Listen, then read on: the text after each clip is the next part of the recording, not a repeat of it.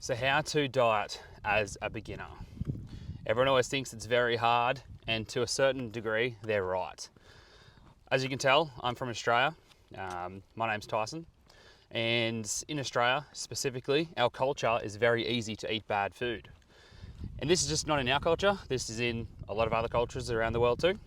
But as a beginner, it makes it quite hard to figure out how to start, how to get out of your bad habits. And to really start, you have to figure out where it all lies.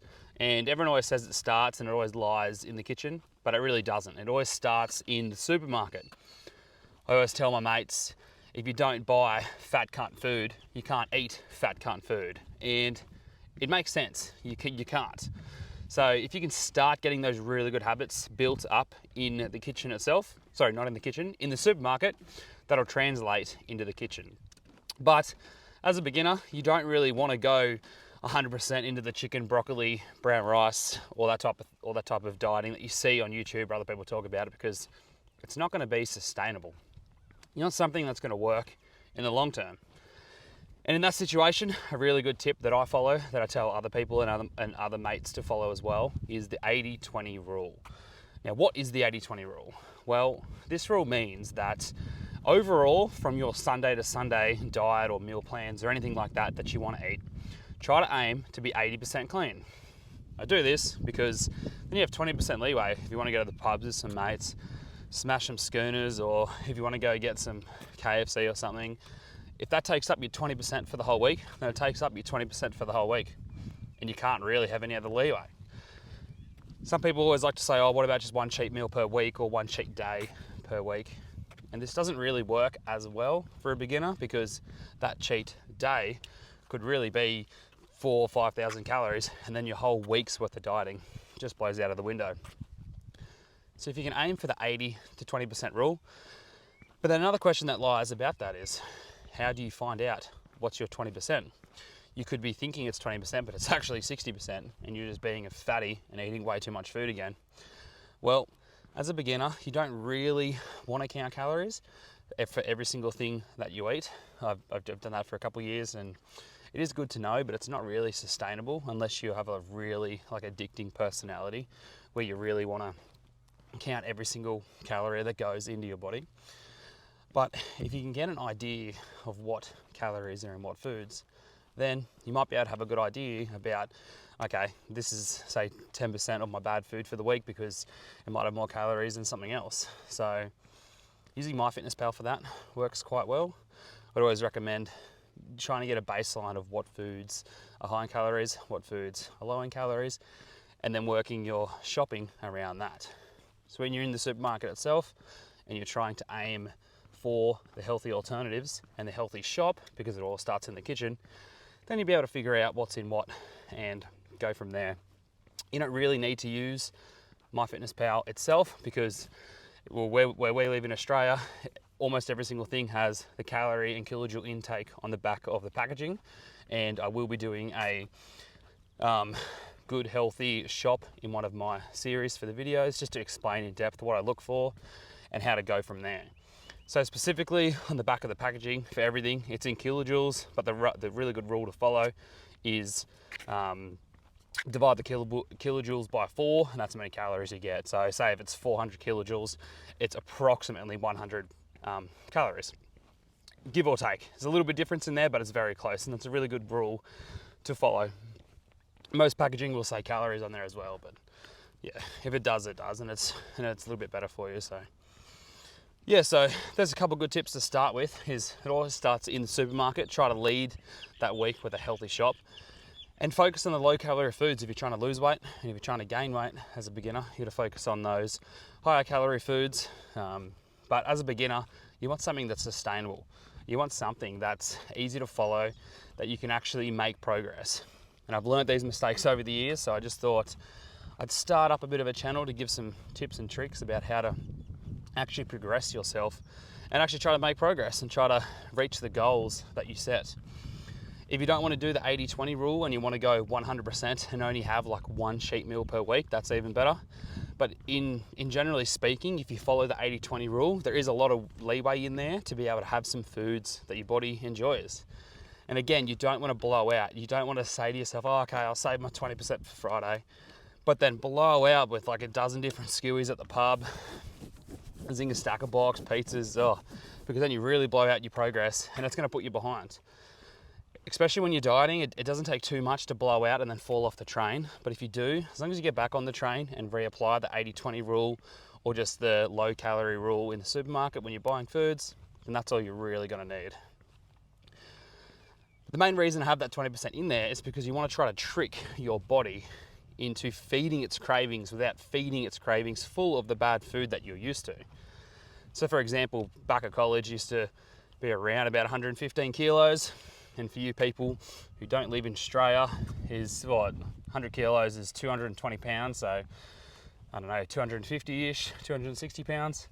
And I used to love smashing KFC, Zinger Stacker boxes, pizza, Goonies at college, skewies at the pub. And the only thing I wasn't smashing was college girls, because you just can't smash them all. Especially if you have a love for pizza and KFC, you have to give up the other. But because of that, when I started dieting, you want to try to eat those foods that your body craves, but you want to do them in a healthy way. So food substitutes work really well for that. And again, that stems from being in the supermarket. It doesn't start in the kitchen, it starts in the supermarket. If you can substitute your favorite foods for your same type of foods, but in a healthy way. For pizzas, for example, we still eat pizza every single week, my wife and I, and we just make really healthy alternatives for those pizzas. From Woolies and Coles, where we go in the supermarket, you can buy high protein, low calorie, low carb pizza bases, like full pizza bases for around 250 calories in the whole entire base. You can always get ones made from cauliflower bases too, they're even lower. They're quite good. And then, like for example, make your own tomato sauce from there. Just puree some tomatoes in a blender, add some herbs, do whatever you want to add in there and put that on. No extra sugar, barely any calories in comparison to if you bought a pizza when it's 1,500, 2,000 calories for the whole pizza. Then add some healthy toppings. We had chicken, mushies, spinach leaves, some protein cottage cheese, onion, heap of different stuff like that. And then you can have a whole entire pizza for around 500-600 calories, and the volume's quite big too. Like the volume's quite large. So when you have that big volume, you only need to eat half the pizza. You trick your body that you're enjoying the cravings, the food cravings that you're after, and you're still in a dieting context. So you're still going to be in that calorie deficit at the end of the day. So that food substitution works quite well, and you can do that in all different types of foods, whether or not if your favorite foods are burgers, kebabs, pizzas, I don't know, barbecues. There's always healthy alternatives, and I'll showcase that in my first shop that I do, just to showcase some of the foods that beginners might be able to target to be able to really make some progress in their dieting context. So that brings me to the next point of what I just mentioned about being in a calorie deficit. So that's the main idea of trying to lose weight, lose fat. The only way you can do that is burning more calories than your body needs to sustain its natural weight. So there's always calorie calculators out there, so you can put in that. But as a beginner, that's a really good idea to figure out how many calories your body needs to sustain its current weight, and how big of a calorie deficit do you need to go under to lose weight. But again, as a beginner, that's not really sustainable, especially if you're if you're really new into the dieting context. What you really want to do, let me just turn around here actually. Wind's coming from that way. I'm just walking around the local park. Pretty nice park here. What you really want to do is put in MyFitnessPal or read the back of packaging about what foods are low in calories, and just try to base your diet, between 3 and 5 meals a day around those calories, and then weigh yourself once a week. Once you get an idea of what foods are low in calories, and you can do the food substitution and apply the 80-20 rule all at the same time throughout the week by week by week process, you've got to make some really good gains in the dieting context. You don't need to specifically eat 2,300 calories if your maintenance is around about 26. It's really good to do that, but you'll start counting those calories for like 2 days and say, fuck this is shit, and then just go out to blowing out. If you can follow the idea of knowing what is light in calories and what isn't, and then maintain that thought process in the supermarket, then you're really going to make some good progress. And if you're not, say if you do that over the first 2 to 3 weeks and you're thinking, okay, the weight isn't dropping down too low either on the scale or in some progress photos, if you take those each week, which are both a really good idea, then maybe you should start counting to figure out again, what am I really eating? You might be making a breakfast with, I don't know, what's a normal breakfast? Like, I don't know, 2 pieces of toast, some eggs, avo, bacon, maybe some butter on there. You think that's pretty healthy, but if you actually add up how much butter you're adding on and how many calories are in the bacon and bread, you might actually be high scaling it to like 700-800 calories where you think it might be 400 or 500. And those calories can make a difference. So if you can cut out some of those unnecessary calories, such as butter on your bread, or substitute your bread out for a healthier bread, like wholemeal or whole grain, or a muffin. Whole grain, wholemeal English muffins are a really good substitution. I've been doing that for years now. It's only around about 110 calories for a full muffin, whereas each slice of normal wholemeal or whole grain bread's around about 100-ish, 110 anyway. So substitution like that can keep the calories low and they can help you try to reach your goals. So again, if you can try to aim for that calorie deficit without actually counting calories, that's going to be a really good stage as a beginner to aim for, because it's sustainable. You can enjoy yourself. If you know, once you get that idea like locked in and you know that you've really been in a good deficit for the week, then you can apply that 20% of leeway and enjoy yourself. You're just going to make sure you don't blow out. And there's a heap of different ways you can do that. If you know that you're being clean, like 100% clean from Monday to Friday, then you can go to the pub with your mates on Friday arvo and have 3 or 4 beers. Again, just the substitution rule. If you want to take it a step further because you really don't want to blow out, substitute some alcohol. Obviously, everyone out there likes my good skewy. I can't lie, I do love a good skewy as well. But if you're trying to diet and trying to context, aim for the low carb beers. There's a million of them out there. Like 5, 10, 15 years ago, there weren't. But now there is. Like, just for example, one of the ones I like to drink is Super Dry 3.5s. There's only around about 95 calories per beer. There's a heap different ones out there like that. No added sugar. They're mid-strengths, which are good too, so you can still drive and not have to worry about it. And it's quite an easy way to stay in your deficit without even knowing it. Another good substitution as well, which is what I do all the time, is some spirits with soda water or spirits with tonic water with no added sugar. You got to make sure that you can keep to low calorie drinks with still hitting those cravings of alcohol consumption, and you can still be social with your mates. Oh shit. Oh, never mind. I thought that was a snake. There you go. Classic Australia, walking around in a park, massive brown stick over there, and you think it's a snake. Anyway, if you can substitute those cravings out for some healthy alternatives, even alcohol can be healthier. Obviously, alcohol is not healthy for you, but if you still want that social experience and socialization with your mates, yeah, sub out maybe some VOD with some soda waters. The soda water's healthy for you, you hydrate at the same time, and you're only getting down like 90 calories per drink. Stuff like that for beginners is key, because you do not want to cut everything out 100% straight away. It might be good for the first month, first 6 months, but a majority of people, and I've seen this a lot with my mates, crash after that 5 to 6 week period and go back to their old habits. If you can still enjoy the foods that you like with substituting out the foods and still be in that calorie deficit, then that's going to be the really good way to go in that instance. So yeah, they're my main points.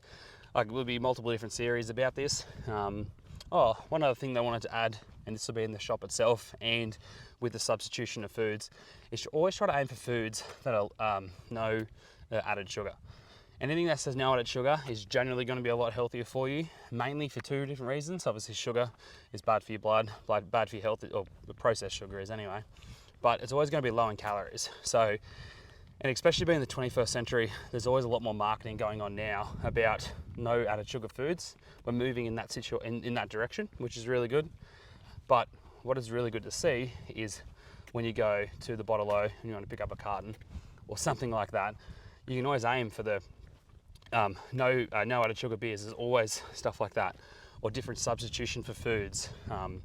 That's the number one key to get that substitution in. And again, that all starts back in the shopping, in the actual grocery shop itself. So it'll be really good to see when I can run through some different tips and tricks being in the supermarket itself. And there, you can just go from there, take it one step at a time, and yeah, don't give up everything straight away. Apply that 80-20 rule, and if you can do that, if you can get really prepared in the kitchen, you can then apply the 5 Ps. Preparation prevents piss poor performance. If you're not prepared, you're gonna fuck up. If you haven't got a good shop done, if you haven't got a good healthy shop done, you're gonna get to Wednesday night for dinner, you're gonna think, oh shit, haven't got anything healthy to eat tonight, no healthy substitutions in the fridge or freezer I can whip up. Oh, I'll just go to KFC and get a stagger. I'll go visit the Colonel. That's a bad idea. And that all stems from the fact that you weren't prepared to start off with. If you can do like your 1 week healthy shop, like a 1 week shop or 2 week shop, or even if it's every afternoon, if you live near a grocery store and you want to go there every afternoon, that's fine too. But just make sure you have the healthy substitution. If you're trying to lose weight, aim for those foods that are low in calories. And then just, yeah, try to trick your body by eating the foods that your body craves without really giving in to those cravings themselves. So that'll be it by me. This is my first video, so let me know what you think. Again, I'm going to do lots of different series about this, how to live a healthy lifestyle, how to start gymming, how to really be comfortable with giving up some things that you like, because obviously it's not easy. Everyone knows that dieting, losing weight, getting healthy is not easy. I know, again, as I said before, I used to be about 115 kilos and I cut down to around about 78 was my lightest. I'm trying to put back on some weight now, trying to do more lifting. So I'm very experienced at dieting, and I just thought I'd give some tips and tricks out. I help my mates out all the time back here in Australia, so I thought it was about time I'd start up a bit of a channel and help my mates out here.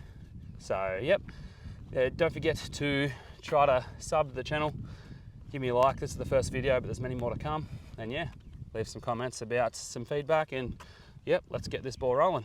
Peace out, guys.